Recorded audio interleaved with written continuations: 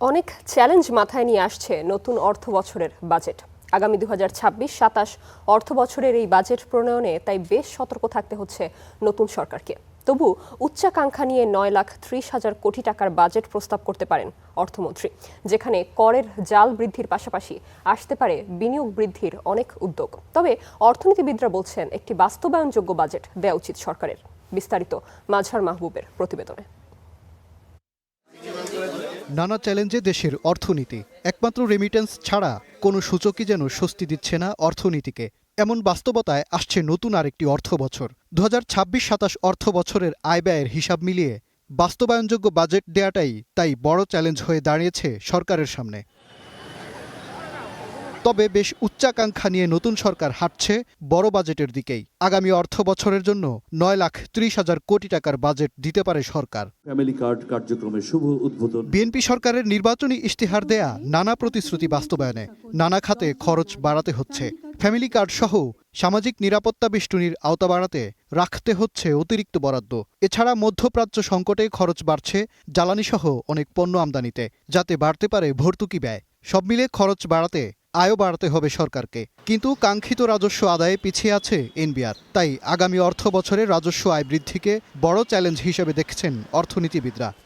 মৌলিক পরিবর্তন ছাড়া এই জোড়াতালি দিয়ে এখন একটু ট্যাক্স রাজস্ব বাড়ালাম, ওখানে গিয়ে কিছু ট্যাক্স বাড়ালাম, কিছু রাজস্ব আসলো, ওই পদ্ধতিতে আমাদের সমস্যার সমাধান হবে না। বড় বাজেট ঘাটতি থাকলে সরকারকে বেশি পরিমাণ ঋণ নিতে হবে ব্যাংক খাত থেকে, যাতে কমতে পারে বেসরকারি খাতে ঋণের প্রবাহ।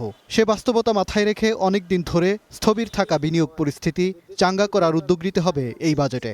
এছাড়া ব্যাংকসহ আর্থিক খাতের সংস্কার এগিয়ে নেয়ার পরামর্শ বিশেষজ্ঞদের।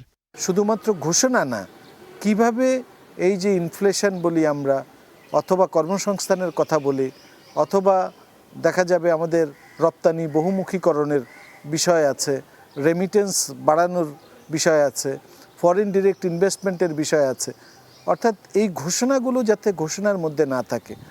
আগামী অর্থ বছরে প্রথম ধাপে নতুন পে স্কেল বাস্তবায়ন হলে বাড়বে খরচের চাপ। এছাড়া বৈদেশিক ঋণ ও সুদ পরিশোধের চাপও থাকছে। অন্যদিকে আগামী অর্থ বছরের জন্য 3 লাখ কোটি টাকার বার্ষিক উন্নয়ন কর্মসূচি বা এডিপির অনুমোদন দিয়েছে সরকার। সামনের দিনে তাই সরকারি ব্যয়ে স্বচ্ছতা নিশ্চিত করার পরামর্শ অর্থনীতিবিদদের। আমাদের আসল ফোকাস হওয়া উচিত যে আমরা দুর্নীতিমুক্ত হতে পারি কিনা।